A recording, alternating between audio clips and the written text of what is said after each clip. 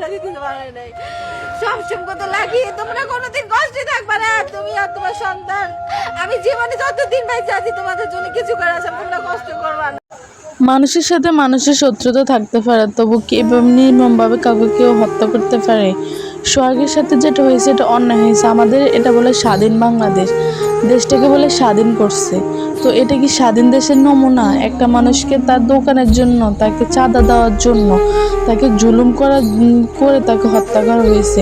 মানুষকে মানুষে হুমকি দেয়, মানুষকে মানুষে এভাবে অনেক কথা বলতে পারে, কিন্তু একটা দুটো ছেলে মেয়েকে তারা অনাথ করে ফেলছে, তাকে বাবা হারা করে ফেলছে।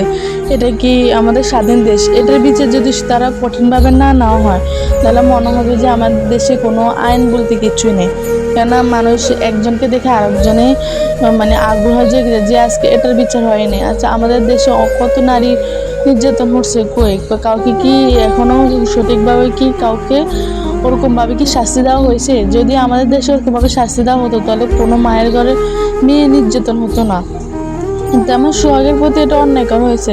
তাকে অনেক টাকা দাবি করা হয়েছে যে তার দোকানের প্রতি, তাকে তার দোকানটা ছেড়ে দিতে হবে, দোকানটা তাদের নামে লিখে দিতে হবে।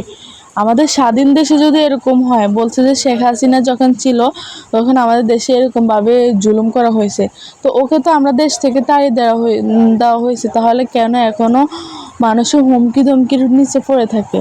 তো এই ছেলে মেয়ে দুটোর মুখের দিকে তাকিয়ে কি তারা তার বাপকে ছেড়ে দিতে পারতো না?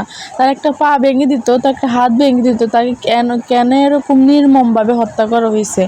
একটা স্ত্রীকে তার স্বামী হারা করা হয়েছে। এই ছেলে মেয়েদের অনাথ মুখে কে খাদ্য তুলে দেবে? সবাই বাবা হতে পারে, কিন্তু আসল বাবা কেউ হতে পারে না। তো মেয়েদের একটাই দাবি, তার বাবার যেন সঠিক বিচার করা হয় তার বাবার প্রতি। আর যে যারা এরকম, আমার মনে হয় যে এই দেশে থেকে চাঁদাবাজ উঠে দেওয়া হোক। কেন চাঁদা কেন? আমাদের দেশ এখন স্বাধীন দেশ, এখন আমরা স্বাধীনভাবে চলাফেরা করতে হবে। স্বাধীন দেশে কেন চাঁদা তোলা হবে? আর চাঁদা তুলবে এরকমভাবে কেন? নিষ্ঠুরভাবে চাঁদা তুলবে, যেটা সবাই সামর্থ্য অনুযায়ী তোলা হবে, এরকমভাবে কেন তুলবে? তো তো যেভাবে কষ্ট দিয়ে সোহাগকে মারা হয়েছে, মানে আমার মানে কলিজায় যায় লাগছে। কেননা তারা দুটো সন্তান বড় হয়ে গেছে, তারা এই বয়সে যদি অনাথ হয়ে যায় তো তারা কোথায় যাবে?